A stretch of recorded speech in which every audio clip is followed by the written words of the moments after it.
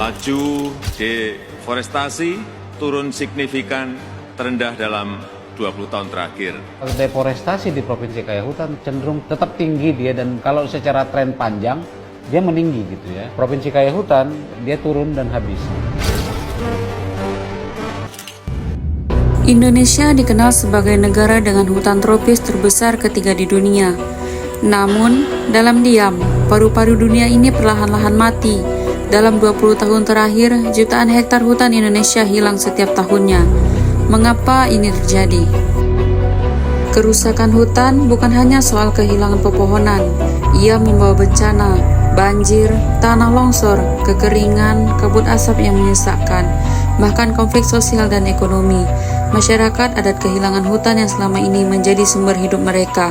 Satwa langka seperti orangutan, harimau dan gajah kehilangan rumahnya. Menurut data dari World Resource Institute dan laporan UNDP, Indonesia menjadi salah satu negara dengan tingkat kehilangan hutan tertinggi di dunia. Lebih dari 1 juta hektar hutan tropis hilang setiap tahunnya. Penyebab utama, ekspansi perkebunan kelapa sawit, pertambangan dan penebangan liar, serta lemahnya penegakan hukum. Lalu, mengapa ini semua terjadi? Jawabannya terletak pada ketimpangan yang mengakar dalam sistem pengelolaan lahan kita. Saat ini, lebih dari 50% daratan Indonesia dikuasai oleh industri ekstraktif, baik pertambangan, kehutanan maupun perkebunan skala besar. Sementara masyarakat adat yang terbukti menjaga hutan selama ratusan tahun hanya mendapat kurang dari 4% akses legal. Kebijakan yang berpihak pada investasi tanpa pelindungan lingkungan memperparah keadaan. Pengawasan lemah, korupsi dalam penerbitan izin, dan minimnya transparansi membuat kerusakan menjadi keniscayaan. Hutan menjadi komoditas, sementara manusia dan alam menjadi korban. Namun, di tengah gelapnya situasi, masih ada cahaya yang menyala.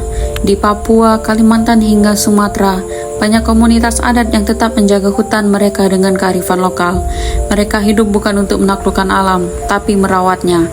Program perhutanan sosial, jika dijalankan dengan serius, bisa menjadi solusi nyata, memberikan hak kelola kepada masyarakat yang memang bergantung pada hutan. Di kota-kota, anak-anak muda bangkit. Mereka membuat gerakan kampanye digital, menanam pohon di kawasan kritis, mengembangkan teknologi pemantauan satelit, hingga memanfaatkan hukum untuk menggugat perusahaan perusak hutan. Hutan bisa pulih, tapi hanya jika kita bertindak sekarang.